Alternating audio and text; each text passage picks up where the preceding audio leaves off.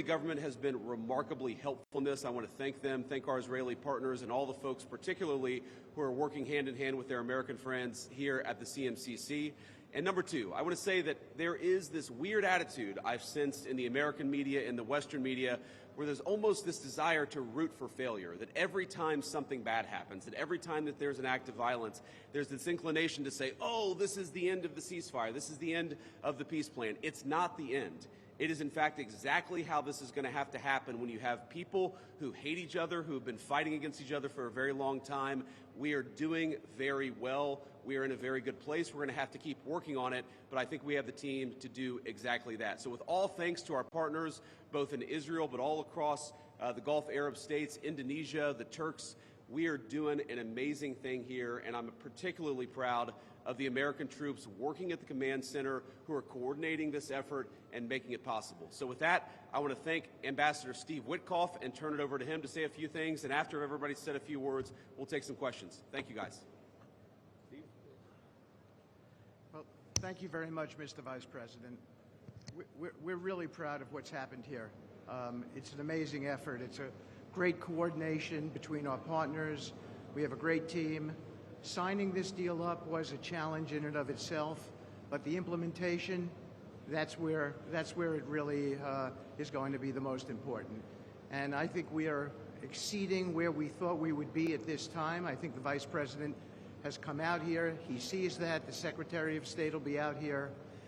I can't tell you what a privilege it is to work with the team that we have, with Jared, who's extraordinary, the President, of course, and the Vice President, and Admiral Cooper. I would also say this. We're learning so much here. This CMCC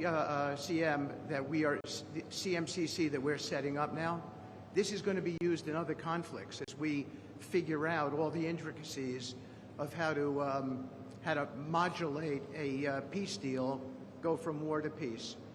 Lastly, in closing, I want to speak about the morning that me and Jared had. We met with 10 hostages and their families, and it was really an emotional moment. And I felt blessed to be in that room. Lots of tears, lots of people really, really grateful to President Trump for getting their children home, and you, of course, Mr. Vice President. And I want to observe that I didn't see any victims in that room. I saw strong people who have come out under very difficult circumstances. Their families are reunited, and they are so grateful. And it was just my privilege as an American to be there. Thank you. Great, thank you. Jared? Thank you. Thank you, Mr. Vice President. Thank you, Steve. First of all, we really appreciate your visit here. It's given a great boost of energy to everyone here, and your support through this whole effort has been really tremendous. What you see here today is really the opening of the CMCC. This has been something that's been envisioned by CENTCOM. Admiral Cooper will speak about that in a bit. But we always knew that the deal that we were working on would kind of have two phases to it. The first phase was obviously getting the live hostages out. We're currently making progress on the hostages, the bodies that are still there. I think almost half are out now, and we had very good meetings with the Israelis. I know the Vice President's here to put a lot of effort into that today to hopefully make sure we can complete that mission in phase two. At the same time, the humanitarian aid, there's actually been surprisingly strong coordination between the United Nations and Israel, which is something that we've been able to help synthesize, get each other to air their concerns and to find out how we can do it better so that the aid reaches the people in Gaza and doesn't go into the wrong hands there. Finally, I'll say that there has already been a lot of efforts over the last years by really concerned people to think about what happens next in Gaza. And there's a lot of great things happening here. More will be released in the coming days. But the most important thing here is to figure out how you really get a good deconfliction coordination center. This really has been a startup. There's been a lot that's been done. It's amazing to think it's only been a week. But I actually, with the pace of work and the commitment of everybody, I think in a week from now you'll see even more progress. I want to echo what the Vice President said about how a lot of people are getting a little hysterical about different incursions one way or the other, but what we are seeing is that things are going in accordance. Both sides are transitioning from 2 years of very intense warfare to now a peacetime posture, and really thanks to Admiral Cooper, CENTCOM, and the CMCC to try to build that deconfliction mechanism in order to make sure that we can get to a proper de-escalation. We have some flags that we put up here. This is not fully representative of the countries that are here. It's happening very rapidly. The people are agreeing to come on board, agreeing to help. People really want to be a part of this, and it's just happening very, very quickly. So we'll try to continue to give the updates as it progresses.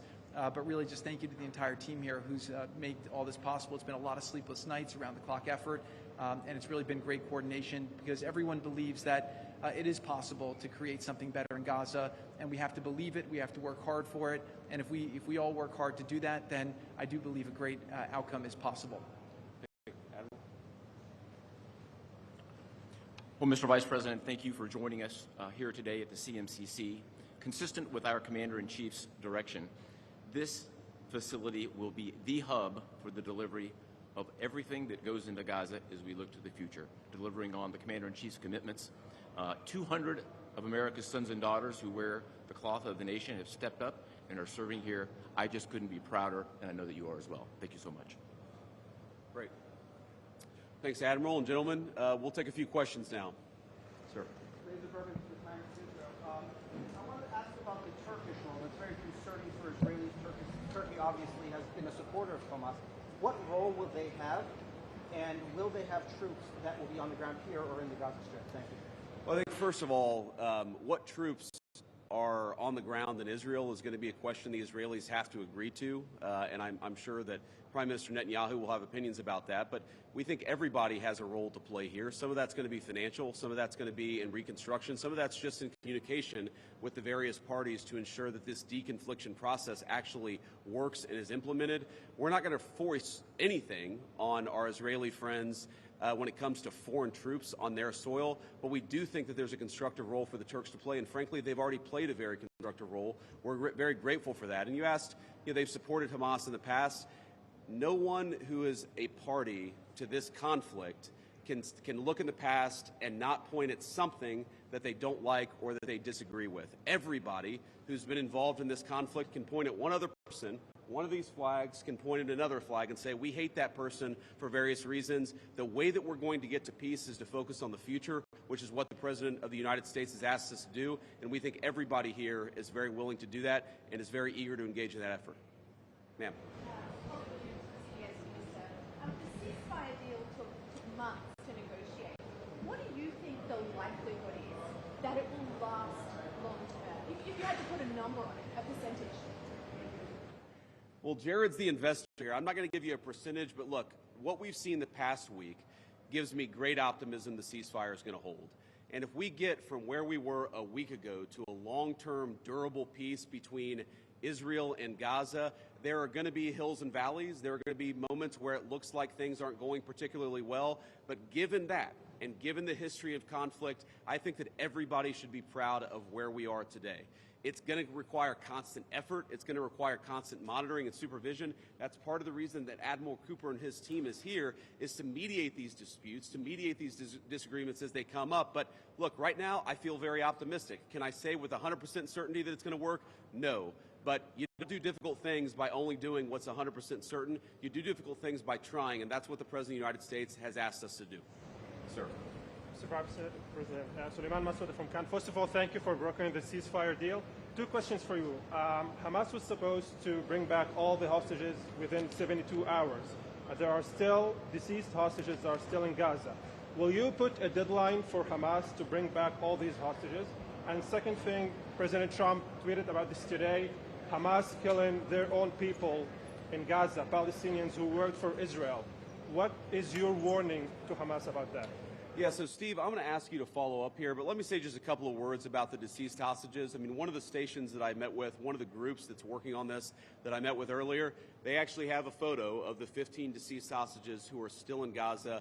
It is a focus of everybody here to get those bodies back home to their families so that they can have a proper burial.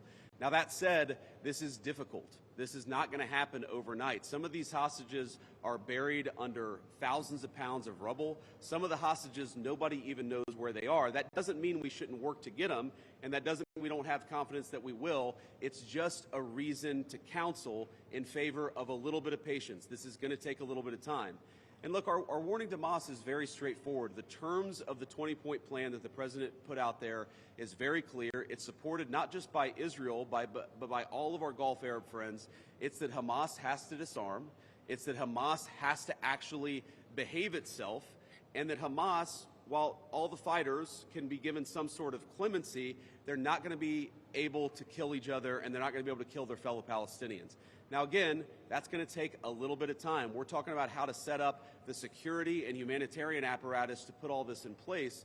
But right now, where I stand, I feel confident that we're going to be in a place where this peace lasts, where it's durable. And if Hamas doesn't cooperate, then as the President of the United States has said, Hamas is going to be obliterated. Steve, do you want to add anything about the hostages? I think you said it, sir. Okay, great. Ma'am. From USA Today. Just to follow up on what you were just saying, how much time does Hamas have to lay down its arms before the United States either takes dramatic action or authorizes its allies to do so? Well, look, the president actually put out a truth this morning that I thought was very instructive. We know that Hamas has to comply with the deal, and if Hamas doesn't comply with the deal, very bad things are going to happen. But I'm not going to do what the President of the United States has thus far refused to do, which is put an explicit deadline on it, because a lot of this stuff is difficult. A lot of this stuff is unpredictable. You basically have two regions in Gaza, one of which is relatively safe, I wouldn't say very safe, and one of which is incredibly dangerous. And part of ensuring that we get to a durable peace is to broaden the scope of the area that's safe. And the International Security Force is a big part of that. We don't yet have the International Security Force set up. That's something we're working towards. We have a number of volunteers who want to participate in that International Security Force. So my point is, I don't think it's actually advisable for us to say this has to be done in a week, because a lot of this work is very hard. It's never been done before, and in order for us to give it a chance to succeed, we've got to be a little bit flexible. I think what you're seeing from our Gulf Arab friends, certainly from our Israeli friends, is a certain amount of impatience with Hamas, but we're going to keep on working at this process, and we're going to keep on trying to bring the deceased hostages home, but also make sure that all Gazans are able to live in a prosperous and safe place. Yes? So the White House indicated that actually there is a plan to start rebuilding Gaza, the parts of Gaza which is still under Israeli control. Is it so indeed? And can you tell us a little bit about this plan? How is it going to work? Yeah, Jared, do you want to say a few words about that? Great. So, first of all, no reconstruction aid, no reconstruction funds will be going into areas that Hamas still controls. And as far as the demilitarization goes, once the ISF is up, there needs to be a security force that they can feel safe from, that in order for it to be the transition to be complete. So that needs to happen. There are considerations happening now in the area that the IDF controls, as long as that can be secured to start the construction as a new Gaza, in order to give the Palestinians living in Gaza a place to go, a place to get jobs, a place to live. So that's one of the many things being considered. Right now, again, there's been several work streams that have occurred over the last years. Those are all being synthesized and updated here at the center, and then they'll go before President Trump and the Board of Peace to get recommendations on what to build, how to phase it, but that's definitely something now that's being very strongly considered. Great. Sir? So much, sir. Oh, sorry. Why don't we do the guy in the back, and then we'll do you in the blue jacket. Thank you. So much, Go ahead. Mr. Vice President. Could you speak up for me? Yeah, I will try. So thank you so much, Mr. Vice President. And my question is, from the level of cooperation that you just saw today here in this place, how you see the, let's say, future of normalization in Israel in the region, if you see like a cooperation, growing cooperation between Israel and other Gulf states that we don't see from the outside? Yeah, well, you know, I think Steve put it best, which is that this model, I think, could serve for a foundation for normalization, not just in the Middle East, but across the world. Because what we're taking, again, is a long-term, protracted conflict with two enemies who really don't like each other, and we're actually creating a model that can lead towards sustainable peace. Now, we know that a lot of our Gulf Arab friends would like to have normalized relations with Israel. We know that getting this peace on a sustainable pathway is sort of the critical first step of that. But look, I feel very optimistic about where we are. Knock on wood, you never know how this stuff is going to go. But given what I've seen, given the incredible talent and effort that's going in to the reconstruction of Gaza, to the long-term security of the Gazans in that territory, I feel very good about where we are. And again, if we get this right, I really do think it's going to be a domino that leads to a lot of further peace all across the region. Sir. Vice President Vance, if I may ask, firstly, a quick one is, did you come here because you thought Israel massively overreacted to the killing of its 2 soldiers? And secondly, following the reaction to this plan, do you now believe it is feasible to have a governance structure for Gaza that does not include strong Palestinian voices? Well, so on the first question, no.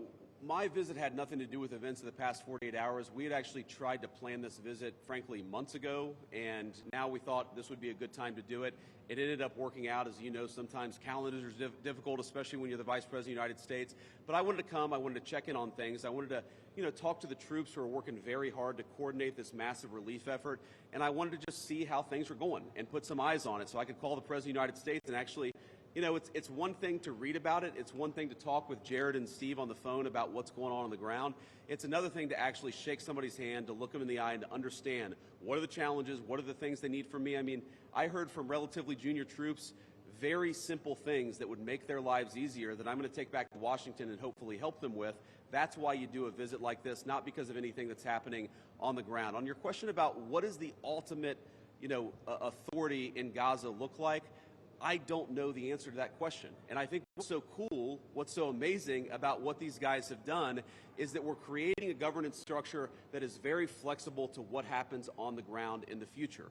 We need to reconstitute Gaza. We need to reconstruct Gaza. We need to make sure that both the Palestinians living in Gaza, but also the Israelis, are able to live in some measure of security and stability. We're doing all those things simultaneously. And then I think once we've got to a point where both the Gazans and our Israeli friends can have some measure of security, then we'll worry about what the long-term governance of Gaza is. Let's focus on security, rebuilding, giving people some food and medicine. If we get to the point where we're arguing exactly what the governance structure in Gaza is long-term, then we should pat ourselves on the back. That's a very good problem to have, but I won't anticipate that problem before we actually have it. I'll take a couple more and then we'll get moving. Ma'am. You should speak up. Renata Brito with the Associated Thank Press. you. Could you give a bit more details about the International Security Force? Which countries are going to be part of this? Are these troops in Gaza? And also about the disarmament plan or decommission plan. Are there incentives for Hamas to do that in a timely fashion? Any details?